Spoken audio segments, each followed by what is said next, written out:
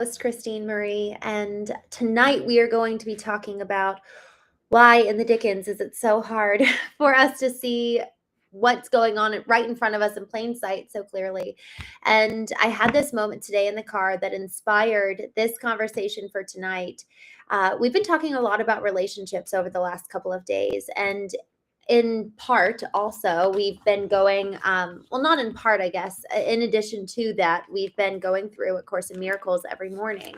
And I just want to do a quick recap of the lessons that we've been reviewing, because funny enough, they actually correlate a little bit to what we're going to be talking about. So we are on lesson 8 of A Course in Miracles.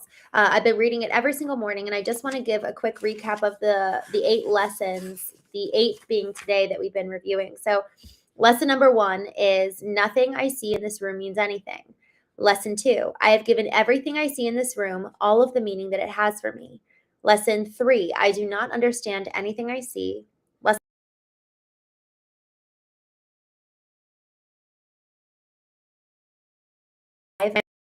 For the reason I think. I am upset because I see something that is not there. I see only the past. And lesson 8, my mind is preoccupied with past thoughts.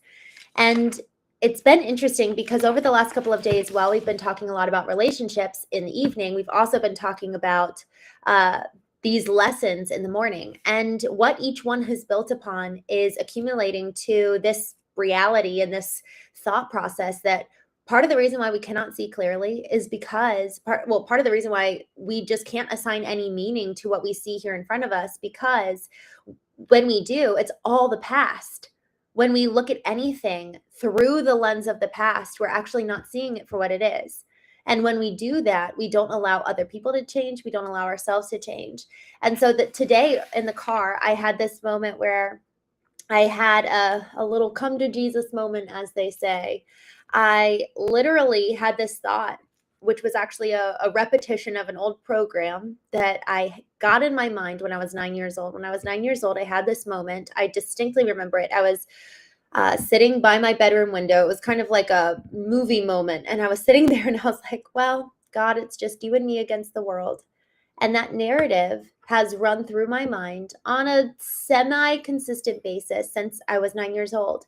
And the thing is that I've got data to back that up. Now, what I've seen and experienced in my life over and over again is that I find what I'm looking for, just like we all do. If we're looking for something to be true, that's typically what we find, and that's what we see. So this old program, this old narrative in my mind that I have subconsciously on repeat, and I'm subconsciously looking for data points to prove that it is still true, is that I am alone and that I have to do life with God and I can't rely on anybody. So to that point, whenever I'm in a conflict with someone, whether it's just a business conflict or an interpersonal conflict, that's the narrative that comes up for me. And the reason why it's so important for us to understand our past is because then we get to understand the lens through which we're viewing the world. If we don't understand the past, so often we don't understand the coloring and the dials pre-view of reality and what it is. So when you and I in relationships are like, why is it that we're sitting here and just having such completely different experiences? It's because our past is so different from each other. And for so many of us, we haven't actually taken the time to understand it. And we don't really understand why it is that you're seeing the world through your lens and why it is that I'm seeing the world through mine. So what A Course in Miracles is talking about, how each memory builds upon itself. Each moment of the past builds to construct. It's like when we go to the optometrist, we press our eyes against the dials. We are looking through a preset lens that was preset when we were kids, with all of the experiences that we had as children that we never moved through and never worked through. So when I was 9 years old and I formed that narrative, it's me and God against the world, that's now a preset dial. And so when I have experiences, business, personal, or otherwise, that's the lens that I'm looking at the world through. And that's how I'm interpreting different moments, especially in moments of conflict. I'm just waiting for this data, this program that I have, to be proven. And that's what's so dangerous. God bless all the people in relationship with me and with you and all of us who are engaging with people that we love and we really want to be close to them. But we've got these preset dials. We have these programs running in our mind that we don't even know are there. And we're looking to find data points to back it up. And so I just want to take a quick moment and say hello to some folks here in the chat. I'm live on a couple different platforms. JT, thank you so much for joining. Dexterity, JFlex, thank you for coming on here. Mike Hunt, I'm so glad you all are joining me. I really, really, really am excited to talk about this tonight because y'all, so much of the time when we hear people sharing, they're not sharing from a very, maybe they're sharing from an authentic place, but I'm feeling like tonight I just need to share kind of an embarrassing story because I'm hoping it's helpful. I have done so much work to know myself and so much work on emotional intelligence and totally found myself in my own moment of needing to remember what I've been kind of teaching myself for all these years. So I had this moment. I was in a moment of conflict with somebody that I love and we hung up. And I actually wrote this down. I have a little notebook or like a little note document. And I wrote down, I was just like, I feel so lonely in this relationship. And then in that moment, I remembered that's my old program. That's the one I've been telling myself since I was 9 years old. I am in such a different relationship than I have been in the past. And it's not just romantic relationships. It's just interpersonal relationships, but that's my program. And so it was so important for me to realize in that moment, like, oh my gosh, I'm not lonely. I'm choosing to be alone because that's my program. So much of the time, our programs are our own choosing. Maybe they weren't at the beginning. And that's, I think, so important because without compassion, we can't really ever experience real change because then we're looking at ourselves with this type of judgment that we'll never find ourselves feeling safe enough to really have real change. And so we need to extend compassion as we're looking at some of these old programs and realize, why did they start in the first place? And then what do I choose to replace those old programs with? And so this old program, I'm alone and it's just me and God against the world. It's not true. And here's the thing, if I fixate on the fact let me actually just give me a moment while I do this in real time. What's my new program? I think my program is that I am so loved. And here's the thing, if I choose that new program, I have way more data to back that up than the old. I do have some old data to back up that old narrative of it's just me and God against the world. I really do. So if I choose to fixate on that, I have the old data to prove it. And I'm sure I'll find more data in the future to back it up.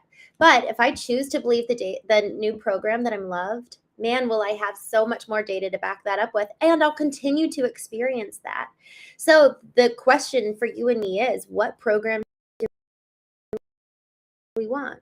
What narrative do we want running this? Do we want to be almost like, there's something about a berating of our minds and souls that our subconscious can do against our will and without our permission.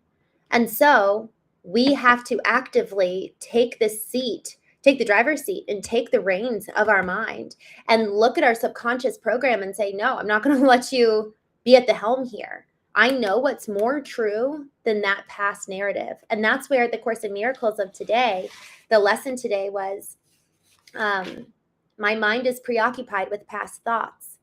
Y'all, this is so important. My mind literally is preoccupied with past thoughts. If I ever want to progress, if I ever want to grow, if I ever want to experience freedom from some of these thoughts that can plague you and me, that makes us feel isolated and separate and alone, we have to really acknowledge the fact that the past is so often the one in the driver's seat. And so once we do the work to trace the root of our thought down to the genesis and be like, okay, what really happened in the past? How did it hurt me? And then grieve it. You know, there's something about moving through. Someone likened emotions to a tunnel. We have to move through the emotions to get to the other side and then be free from them. And so this loneliness that I experienced at 9 years old, I experienced at various other points in my life. And so it's not just that one moment in time, it's also the other points where we built further data that solidified that narrative to be true. And so it can take some time, but it also doesn't need to be super, I guess, laborious or taxing. It can be just as quick as a decision. I don't want to be this way. I remember I was actually driving to a morning with my family over Christmas, and I just had this thought.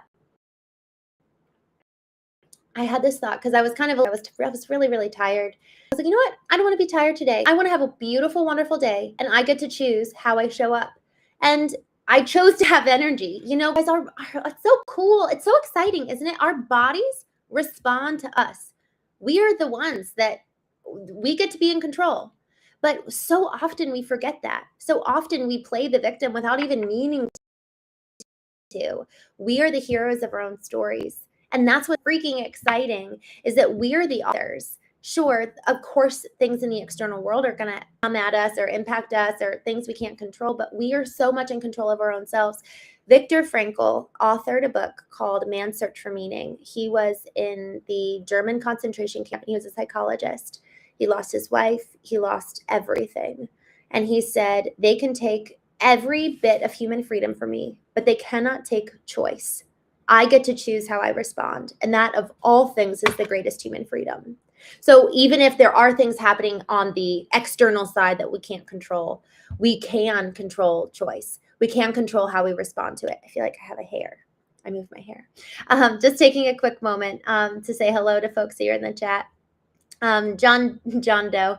Hi. No, there's my mom, Ellen Hoffman. Aw, I'm so happy you're here. J Flex, thanks for joining. Relaxed 9.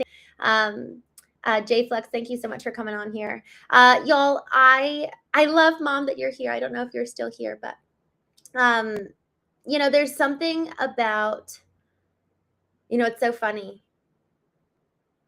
It's so funny because I think that here in this moment, seeing my sweet mother here, I totally just got so distracted, and I just love that she's here. Y'all, my mom is so full. I think that there's something really important about recognizing the fact that we have no idea how long we have with our parents. You know, my cousin, her mom died at 65, and it just, like, tragically, very tragically, for so many different reasons. And now, as my parents are getting older, I'm just like, 65 is so young. It's so young, and we just don't know how much time we have. So we really, my gosh, I'm so grateful, you know, on that way to our family Christmas. I'm so grateful for energy that day, because that could have been a wasted day. That's the power of choice. That's why choice is so incredibly important, because otherwise we waste a whole 24 hours or a whole week or a whole month or a whole year or a whole season of our lives by not taking the choice, by not choosing what we want and how we want to live. You know, I think of there's this concept that I came to realize a couple of years ago called, what does it look like for me to stop looking to the east and to the west, stop looking to the right and to the left to have everyone tell me who to be, how I should live, what do you all want, but rather coming in alignment with my compass pointing north and looking upward and saying, okay, who do I want to be? Who did God create me to be? And I'm going to go be that person. I'm going to bring my behaviors, thoughts, actions, all of that into alignment under the hierarchical structure of my own ideals underneath the superordinate principle of God. And then that's how I choose to live. But that's all, again, predicated in choice. Otherwise, we really do. We're so easily pulled by all of the external voices. Yesterday night on the Knowing Show, someone was sharing about their morning practice and their discipline of really taking the time every single morning to go out and get quiet, and effectively their morning to invest in themselves before allowing for the external voices to come in. And so it was so encouraging to be reminded of that time in the morning is truly sacred. It's for you and me. That's our time to effectively fill up our tank, fill up our cup, so that when we then make choices, we're making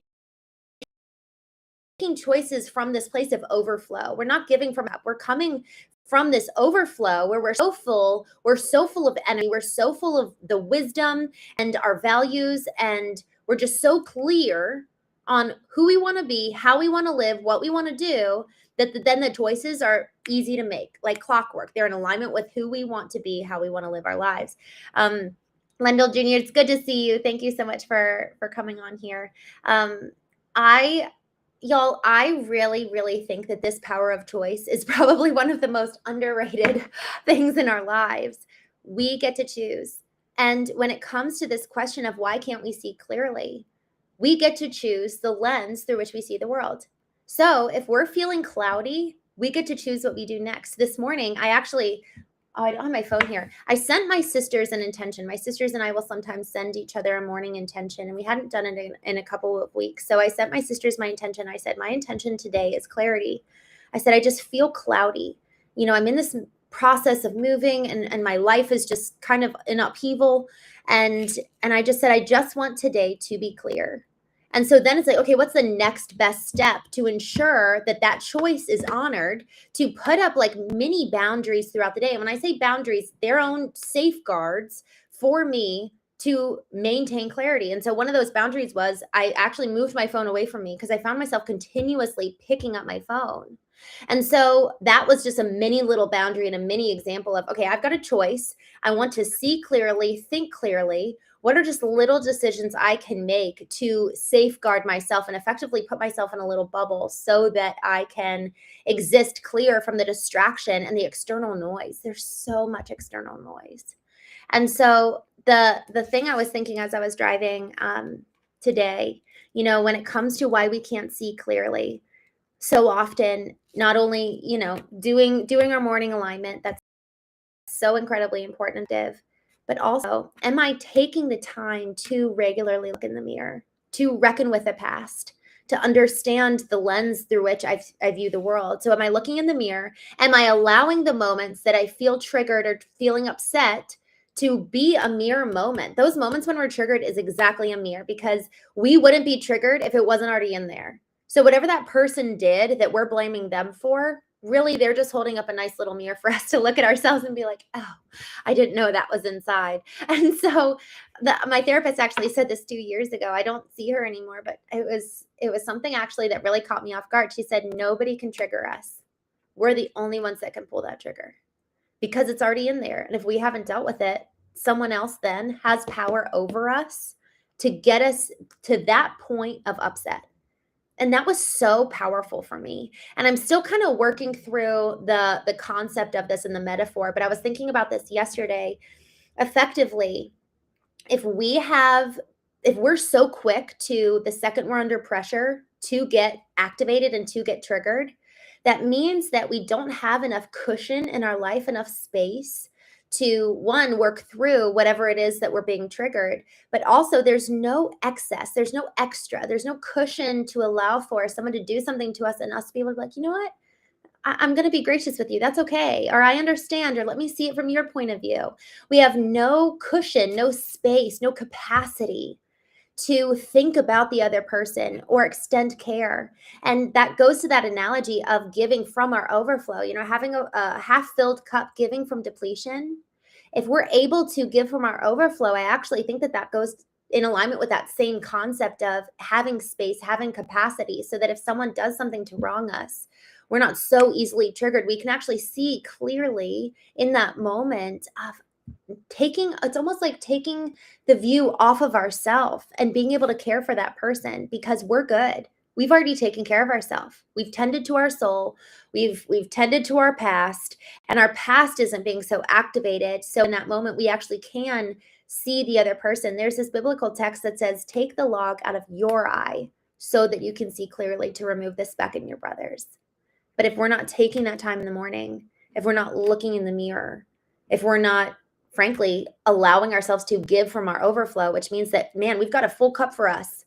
We're so well tended to. So when I have those old programs repeat in my head, that's usually a sign for me that it's kind of a couple things. It's one, that I haven't been taking care of myself. I haven't been looking in the mirror. I'm not being honest with my partner, or I'm not being honest with myself. So those are usually, like, when I feel kind of to the point of being triggered or activated, that's usually what that means. And then it's, okay, my radical responsibility on the other side of that is, what choice am I going to make now? Viktor Frankl, going back to that same book, he talks about between stimulus and response is choice. We're always going to get stimulus. We're always going to have those external pushing, the pressure, the application, really like constricting us in. And so the question is, do we have it's almost, I really wish I could get this concept across well, and I don't think I will, but we'll try it. It's almost like with the pressure of the external, we're so in the nucleus, and we've got so much padding and so much protection that it can kind of like ebb and flow and breathe and come and go. And we're fine. We're steady. We're right there because we've got so much excess around us. And I think that excess comes from the tending to the vertical alignment time, honestly, filling our cup. We've got excess. We've got overflow. All of that padding around our core nucleus, that's the excess. That's the overflow. We're so filled up, man, solid. We're so good. And it's not that, I thought of this today too, which actually wasn't, I had this thought come in that I actually needed to combat. I had the thought of, oh, well, I just need to be good all alone and not depend on anybody. And the reality is, I actually get my cup filled through relationship as well. So all of the things, I love asking this question, when is and what is the healthiest you? Because so many of us, it's a number of things. It's kind of like this cocktail of the healthiest you and me.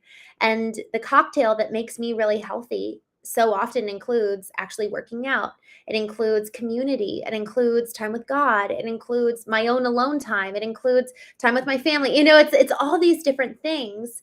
And so if I want to maintain a full cup, much less with overflow and excess, to not just protect me, but protect everyone around me and love everybody well, then I am responsible for maintaining that cocktail to make sure that, man, every day it's shaken and stirred and I've got enough with excess left over.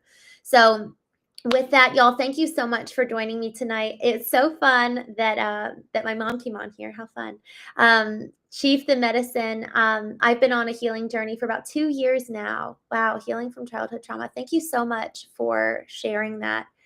Man, good for you. I really, really respect that. I think that that's one of the bravest things that someone can do, is to really pursue healing. And it's for the good of everyone around us. It's for the good of the excess overflow and for the capacity and the padding for everyone in our life. So y'all, thank you so much for joining me tonight on The Knowing Show. I will see you tomorrow morning as we chat about A Course in Miracles. I plan to go live around 8 or 8:30 a.m. And I will see you then. David, thank you for joining right here at the end. Aaron, Father Time, thank you so much. Stuart, I hope you all